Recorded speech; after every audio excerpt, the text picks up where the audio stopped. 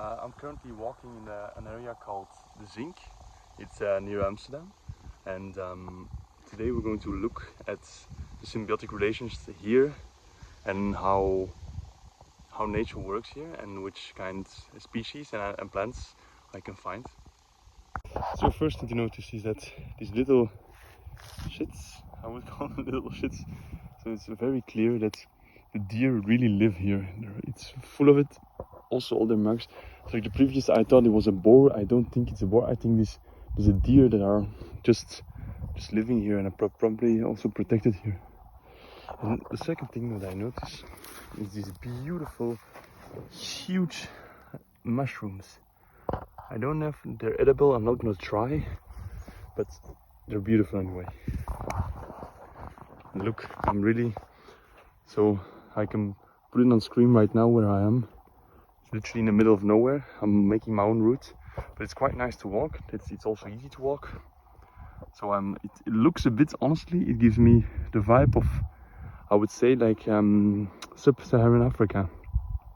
Just the dry, also the lands.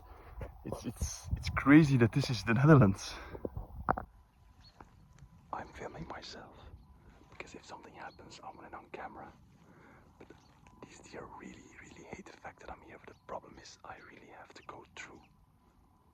I feel like a fat American in Europe, disturbing everyone's peace. Because these are really huge animals. They're really big.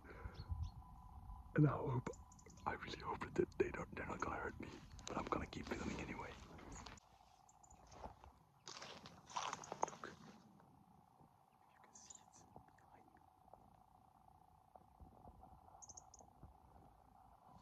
They're just checking me out.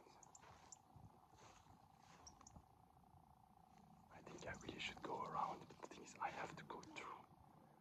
There are 3 of them looking at me right now.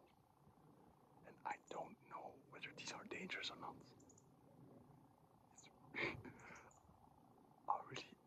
They're all looking at me, but I don't know if they think I'm the prey or that I'm the predator. It's still to be decided. He's checking me out. I think this is 5 meters or something. He looks chill, but look at how sharp his antlers are.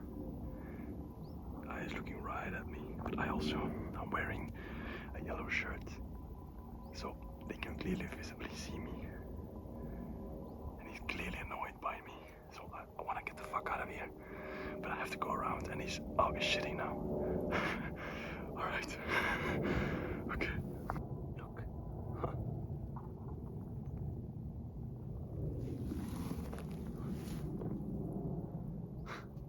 So the buck is still there. He's still watching me, and the other one is more in the distance. But my plan is to go now, is to the left here and avoid their habitat, because I clearly stepped in the middle of them, their habitat, and I don't want to disturb them. What you can see is that they dig like a sort of nest for themselves where they can chill by day, and they still have a good view of their surroundings. But I have the feeling that they really support their safety on their hearing, and they're very cautious. They always watch you. I swear to God, that one is as tall as I am, but they're quite chill because I think they know. Look, this one is also very close to me. Is that I'm not gonna hurt them, so they just leave me be. So now that I'm out of the den, to make sure, it was never my plan to walk through their safe place. It was not my intention at all. I just suddenly was right in front of it. And the thing is that I feel a bit stupid because the thing is that I disturbed their peace just by being there, and it was never my intention.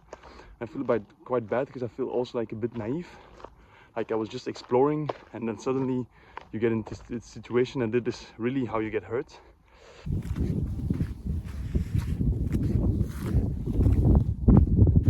Somebody left their water bottle here.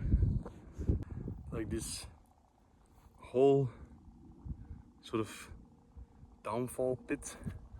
It looks like that there's something hit, like from above, crashed here, and landed everything out.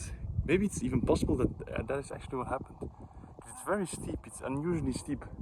And it's perfectly round. It really looks like something, or there was like sort of water maybe too. But it really is a nice, very nice shape. So one of the cool things about this area is that earlier we had this sandy, and you can still see the sand over there. But we had an earlier sandy beach, and now we're literally in the middle of the forest where we have moss and we have mushrooms. And behind us, we literally have dennenbomen. These are complete. I don't think they're native here. It's a bit odd because they literally 100 meters from the sea, and we have these kind of trees here, which is quite odd. So my theory is that they were planted here. Look how beautiful! What a color! And you can also see these snails that you see here. They attach themselves. But why? I think maybe to get away from predators, because then they're higher, and then they have some kind of glue that attaches them, because their weight is quite heavy, but still they can hold themselves up, probably without effort. So they must have some kind of glue that they use. Because even if I push it a little bit, it doesn't do them anything. So maybe there's something interesting there. Like the zweefvliegtuigje in the distance. They fly around without any motor. But what I ask myself is, what would this be? You see these green ponds, would this be for some frogs? Because I think I saw some frogs, because you can hear them jumping in the water. And there's a libelle. You can see these little drops, and I don't think it's raining. So I think they're frogs or something in this water, but it's hard to see with the reflection. You know, the reason why I make these videos is firstly because it makes me go out and do stuff. Because normally I'm maybe tired or I'm not in the mood, and then only on sudden occasions I will do stuff like this. But with these videos, I'm encouraged to go out and to see the world, and to learn stuff. And secondly also is that I think a lot, I think too much, I worry about everything, and even when I go into nature, or when I go surfing for example, or I climb a mountain, it's only sudden moments that I can enjoy from it. But when I film it, I'm forced to stop thinking and to look around and be amazed at the world, you see. Even though nobody sees these videos, and I'm talking English, and there's a libelle. Yeah, you can see it. But it makes me more like in the moment, feel more in the moment, I would say, yeah. So it makes me enjoy. It's weird, but it makes me enjoy life more and the things that I do. So it makes me do more stuff, and it makes me enjoy it more. So even though nobody sees it, and I want to do something cool with this channel, and I have multiple channels. Oh, there's a butterfly. Oh, fuck yeah, but yeah, it's hard to film and explain. But I want to do cool stuff, and I don't know where this channel is going yet. But this is the start, and we'll see where it goes. But I really like doing this. See? So briefly, what I understand, I'm also in the middle of nowhere, but what I understand about the life cycle is that life is about energy, and everything you can see here is just energy. And so if something dies, that energy is never wasted. That is the whole point about nature, is that everything is reused, because energy, you cannot lose energy, but you can slow down that process. And that is what we did as humans. We created, instead of making this process faster, that energy can be reused, we made this process slower by using plastics, for example. That energy can be reused, but it just takes a lot of time to get it out again.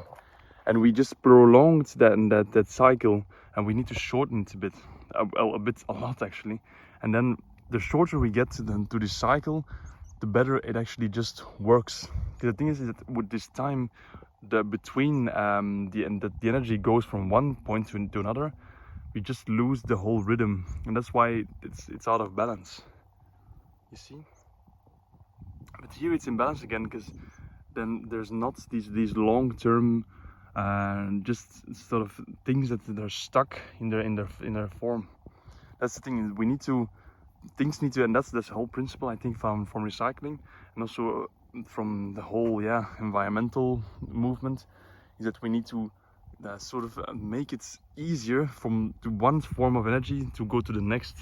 But so you see what I mean is that it's really just about, I would say, it's the life cycle of like the energy. For example, in food, when you have an apple, there's energy in that apple, and when you consume it, the energy goes to you. It gives you literally energy to move, and that energy goes into the kinetic energy while you move, but also in heat, and that heat is then also released into the air again, and then so it's the energy stays within. But the thing is, we have to find a way to not only capture it, but actually to capture it everywhere.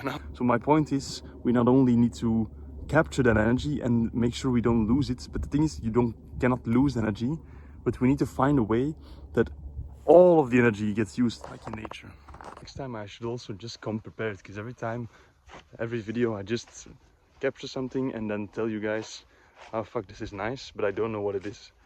But in time, I hope that with these videos and going into nature, I will try and understand more of it, and then also understand the symbiotic relationships.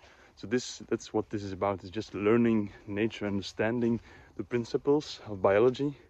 I'm also going to read more about it, and then in time I will be able to tell what it is, instead of just saying, oh nice, what the fuck is it? I'm always super embarrassed when people see me talking to myself. It's something I'm very not used to, especially because nobody sees these videos, but it's weird talking to yourself and recording yourself when people are around. So it's weird. That's why I'm always looking out, but there's nobody there.